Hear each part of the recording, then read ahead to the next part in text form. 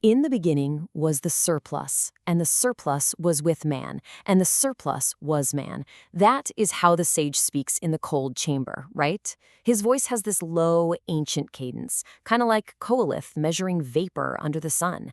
It's the dawn of the overripe mind. So it really makes you wonder, how exactly do we survive the sheer weight of our own minds? I mean, when consciousness grows too vast for the flesh that carries it, how do we cope with the profound, absolute silence of the universe? That's the core question here, and it sets the stage for this massive, spectacular clash between the comfort of our illusions and the cold, hard truth. Welcome to this explainer of the ultimate existential codex. Today, we're unpacking the architecture of lucidity beyond the four defenses. We're going to take a descent straight down the mountain of human psychology, basically stripping away the illusions we weave just to protect ourselves from the dark. All right, Chapter 1, The Weight of the Surplus. Okay, let's dive into this. Cosmic panic. This is the amazing term the Northern witness Peter Wessel Zapfa gave to our surplus. It's exactly what happens when consciousness, which has grown way too large for the flesh that carries it, first beholds the silent heavens and finds absolutely no answering ledger, no grand tally, just this panic that rises like a freezing wind right out of the abyss. Now, when that wind hits, humanity fundamentally splits. On one side, you have the sage. The sage stands naked in the cold, completely accepting the silence of the abyss without even flinching. But the common man, hearing that panic rise, he flees in terror, frantically seeking comfort in the four defenses that our species has woven against its own overripeness. They're desperately trying to weave temporary garments against the naked cold. Which brings us to Chapter 2, the four psychological defenses. So let's break down these garments we'd weave against the overripeness. First, there's isolation, which just dismisses the thought entirely, almost like shooing a beggar away from the temple gate. Then you have anchoring. This fixes the soul to God, the state, or maybe the promise of a future harvest. Third is distraction, where we just fill our hours with the ceaseless noise of the marketplace so the question can't even be heard. And finally, sublimation, which actually takes the panic itself and it tries to fashion it into a song. Now, sublimation alone actually dares to look directly at the agony and make it beautiful. It takes the very agony and turns it toward form. So it is definitely the most honest of the four defenses because, well, it doesn't pretend the panic is absent. The poet, the painter, the philosopher who sublimates has already looked into the abyss and chosen to make a work out of it that others can share. But honestly, don't be deceived here. It still attempts to redeem the surplus. Even the most incredibly beautiful song remains, at the end of the day, just a garment worn against the cold. Moving on to Chapter 3, the illusion of temporary escapes.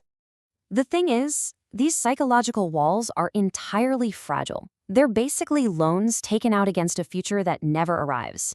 Think about it. Isolation buys you exactly one single night of silence, only to wake up to the exact same unanswered question. Anchoring promises solid ground, but that crumbles the second the fixed firmament is shown to be false. Distraction exhausts the body, but leaves the surplus completely hungry. And sublimation, it seeks an aesthetic redemption that never truly arrives.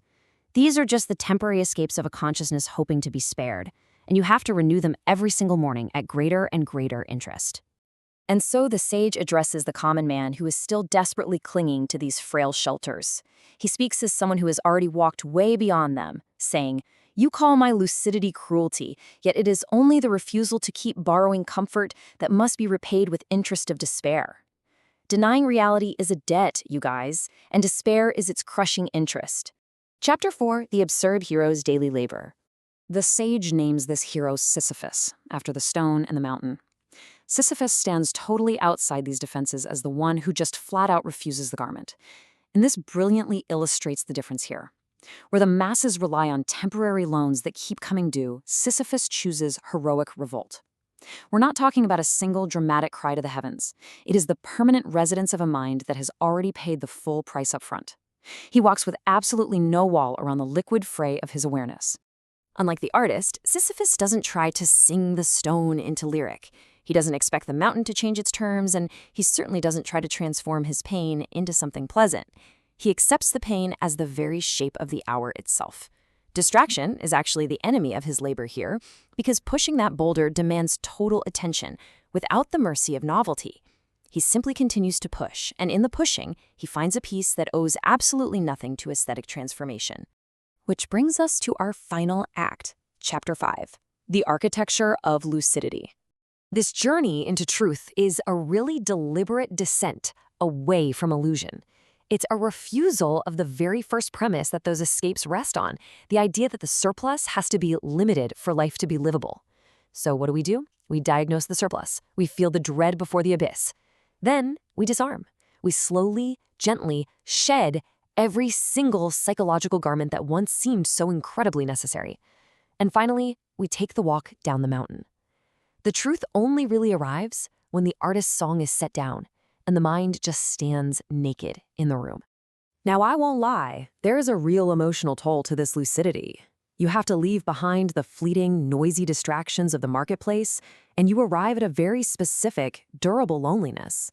The rest of the world is still out there busy pretending right on schedule. But for the sage, this loneliness isn't a punishment at all, it's architecture. It is the necessary, quiet space of a mind that has completely stopped pretending, finding a durable peace that's far removed from the common man's fleeting market distractions. This is the unyielding truth of the absurd hero. Cosmic panic is not a disease to be cured.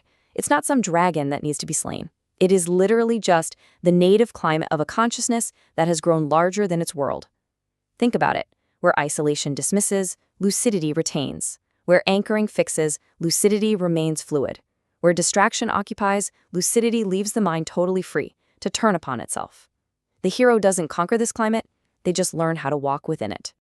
And so, the sage reveals the final architecture, saying, the surplus, once fully entered, proves not an enemy but a room large enough, at last, to stand up straight.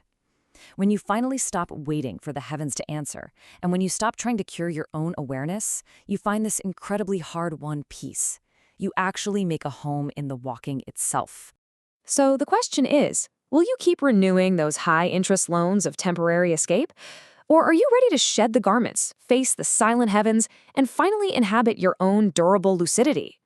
The mountain isn't going to change its terms, but how you choose to walk down it, well, that is entirely up to you.